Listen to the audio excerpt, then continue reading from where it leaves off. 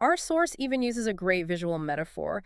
The generalist mind is like a branching tree-wide, spreading, connecting things. Okay, I can picture that. While the specialist mind is like a tight spiral, digging deeper and deeper, focused, analytical. Tree versus spiral, that's helpful. Both exploring, but in totally different ways. Precisely. Different dimensions of exploration. So if neither is truly limitless overall, and we need both, Yeah. what's the path forward? How do we best blend these strengths, especially looking ahead? Yeah, the focus really shifts from picking a winner to finding ways to integrate. It's not about generalists or specialists, but generalists and specialists. And how do we do that effectively? Well, one idea that comes up a lot is the T-shaped individual. Heard of that? I have, yeah. The vertical bar of the T is the deep expertise. Right, the specialist part. And the horizontal bar. That's the broad knowledge across other areas, the ability to collaborate, the Oh. generalist part. Exactly. So someone who can dig deep when needed, but also connect laterally, talk to people in other fields, see the connections, that's seen as increasingly valuable. But it's not just about individuals becoming T-shaped, is it?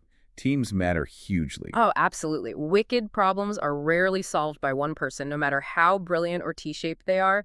You need teams. What kind of teams? Hybrid teams. Teams that are deliberately built with a mix of people, some bringing deep specialist knowledge, others bringing that broad generalist perspective. Diversity of thought is key. So you get the depth and the breadth working together. That's the goal. And underpinning all of this, whether you lean generalist or specialist, or you're aiming for that T-shape, is something else. Okay. Learning agility.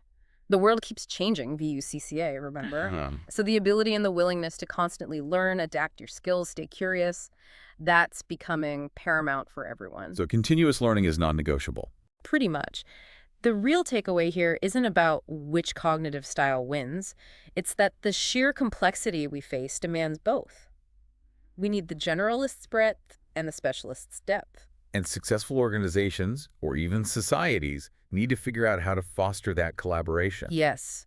Create ecosystems where both are valued, where they can work together effectively. That interdisciplinary collaboration, that's where the most resilient and effective solutions are likely to come from, not from picking one style over the other. Okay, that's a really clear and powerful summary.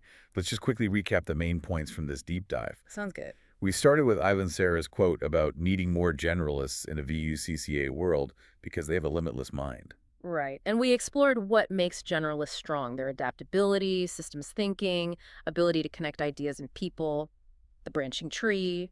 But we also saw the crucial role of specialists, their indispensable depth for technical challenges, the focused spiral. And we landed on the idea that neither is truly limitless overall.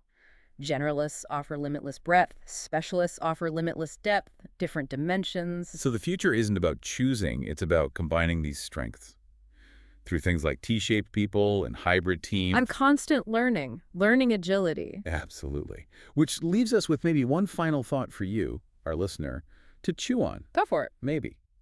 Maybe a truly limitless mind isn't actually about knowing everything or even knowing one thing perfectly. What is it about then? Perhaps it's more about knowing how to connect seemingly unrelated things, knowing how to adapt when the unexpected happens, and crucially, knowing how to keep growing and learning. That's a challenge for all of us then. It really is. Whether you see yourself more as a generalist, a specialist, or maybe something intriguingly in between, how do you cultivate that ability to connect, adapt, and grow? Something to think about.